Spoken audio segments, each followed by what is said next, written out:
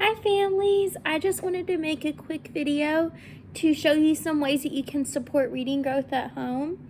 I'm not going to go super in depth in this video just because I want it to be useful and I want it to be some quick things that you can just begin to implement. If you want to learn more about different things that you can do, please reach out to me. I can give you some more specific activities. I can give you question prompts to ask, sight word lists, anything like that. But we're just going to go over the basics right now. So whenever you're reading at home, it's always great to start out with some sort of pre-reading activity. So a pre-reading activity gets the child's brain ready to read and to think about what they're reading. So normally what we'll do is we'll start out with some kind of word work. This means that we take sight words or sounds, which we call phonemes, and we go over those. So you can pick out 3 to 4 sight words. There's a sight word list on the website. Or you can choose some different letter sounds or letter sound combinations, like the TH makes the sound, and go over that sound with your child and go over some words that make that sound.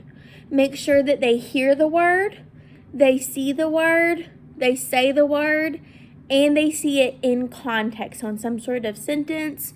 Whether you write the sentence out, they hear you say it, or if you want to point it out in a book. We also try to get the brain ready for comprehension. This means that we start out with some sort of activity that gets them ready to think about whatever the topic of the book is. And that really helps them remember what they're reading as they read it, and it helps them understand.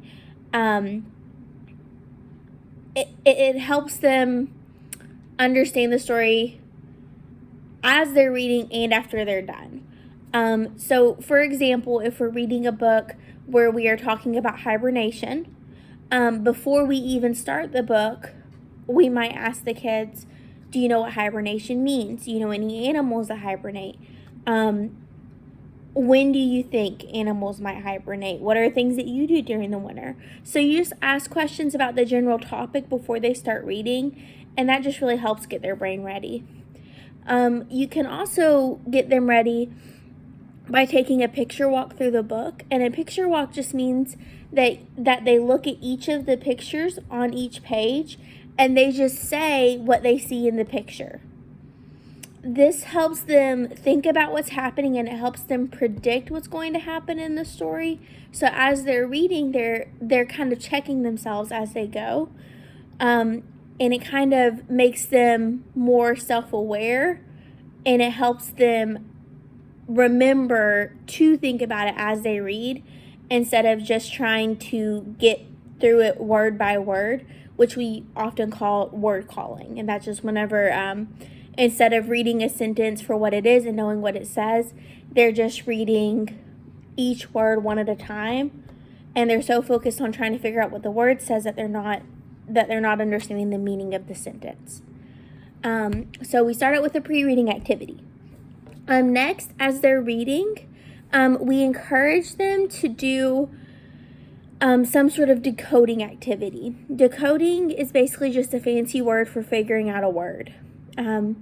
So we have different symbols for that, and you can get those on the website under adults, and then the reading resources. It's on that page. But basically, there's just different tricks that you can do to figure out what a word is supposed to say. So like one of them is stretchy snake.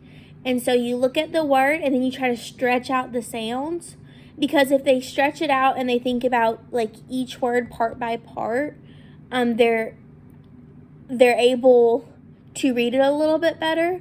But sometimes whenever they only look at it part by part, then it sounds, it doesn't sound right, and then they can't figure out what the word is supposed to be. And so if they just stretch it out, they're basically just saying it part by part, but they're still blending those parts together. So they're just saying it really slow. And that helps them hear the different sounds, put them together, and then understand what the word is supposed to be. Another one that we use is called Eagle Eye. And with that one, it's just saying, look at the picture to see if the picture will give you a hint to what the word is. For example, if it says, Bill had a something ball. And if they look at that word and they don't know what it is, but it starts with an R, and then they look up at the picture and they see that the ball is red, they might be like, okay, that word is red because I know that word starts with R, and in the picture he has a red ball. So it's all about trying to think about what can you do to help yourself as you read, and giving those kids those skills to figure things out on their own so that they can read independently, and so that they can be conscious of what they're doing as they read, and so that they can be conscious of the problem-solving skills that they're using as they read. Because if they're aware of it, they're a lot more likely to repeat that same behavior in the future. Also, as we read, we try to ask questions that help them think about the meaning of the story. For example, we ask some connection questions, like if we're reading a story and the child gets in trouble in the story, we might ask them, oh, hey, when was a time that you maybe didn't make a great choice and that you were in trouble? Or if we're reading a story and it's about a birthday party, we'll ask them, well, what did you do for your last birthday? Like, did you have a party? Or have you been to any birthday parties? And that just helps them think about it and make that personal connection, which, again, just really helps with that meaning piece. And lastly, after they're done reading the book, we have some after reading questions that we ask. After reading questions are just things that we ask to check that they understood what the book was about. We also encourage them to go back and look in the book if we ask them a question and they have no idea what the answer is. Like if we said, like if we read a story about a child going to Disney World, and in the beginning, maybe they got a princess dress. Whenever we're doing the after reading questions, we might ask, what was the first thing that they did when they got to Disney World? And if the child can't remember, then we encourage them to go back in the story and look for that. That way they can get used to checking themselves and thinking about what's happening as the story goes on, and finding text evidence whenever they don't know. So it kind of teaches them just to go back, as well as to think about it while they're going. The main thing is just really focus on thinking and strategies as they read. Trying to get them to memorize words or trying to get them just to word call. There's not really any research that supports that helps long term. So the big thing is just we need them thinking, and we need them using problem solving strategies to figure out things that they don't know. So that is just in a nutshell what to do to help your child read at home. I can go into more specifics and give you more specific pointers on any of those topics. Just shoot me an email or a text if you want to know more, and I can video call you. I can email you some materials. We can talk on the phone, whatever you need. And now I'm going to show you how to make a guided reading book. So as we go through guided reading groups, which we are starting in a couple of weeks, some of the after reading activities that I'm going to have your child do includes writing in a guided reading journal. I'm not going to get into what all they're going to be writing yet, just because that could be a whole other 20-minute video. So I'm just going to show you how to make a guided reading journal real quick, and you can use these for guided reading after you kind of see what we do with them, or you can just use these as regular journals for your child. You can use it as a blank book for them to create a book if they want. You can use them for all kinds of things. Okay, so I start with 6 pieces of paper.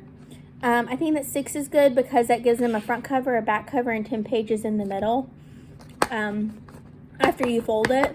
So I just think it's a good number. And then you just fold it in half. You line up the corners as best you can. I don't really focus that much on making it perfect. And then you pinch the middle. You pinch down each side. and then you staple. I do 3 staples, one in the middle and one on each side. And then that is their book. Whenever we use these in guided reading, I will let them decorate the cover. We hold the book like this. And then whenever they're writing in it, they use this top part as a practice page. So up here they practice letters. If they aren't sure about a word, but like they just need to see it, they can write it up here. Like a really common one that children struggle with is where. Like if they see it, they know the difference between were and where. But whenever they're trying to write it, they get them confused. And so if they write it up here, they know, okay, that does not look right. And so then they'll try the other way and then they'll write it correctly down here. But this is their practice page. And then down here, this is their like final work. So this is where they write what they are happy with and what they are proud of. And then you go back and you support them through that. One way that we do that is we just write little check marks over each letter that's correct. Or if they're really struggling, we'll just write the words underneath that they meant. And we'll let them draw like a picture to represent what they wrote. So I really hope that this gave you some ideas on how to support reading growth at home. Reach out if you have any questions or if there's anything I can do. If you have a printer, I can send you books that you can print out. Or if you don't have a printer, let me know and I can print out some books. You can come pick them up in our front office. Thank you, and y'all have a great day.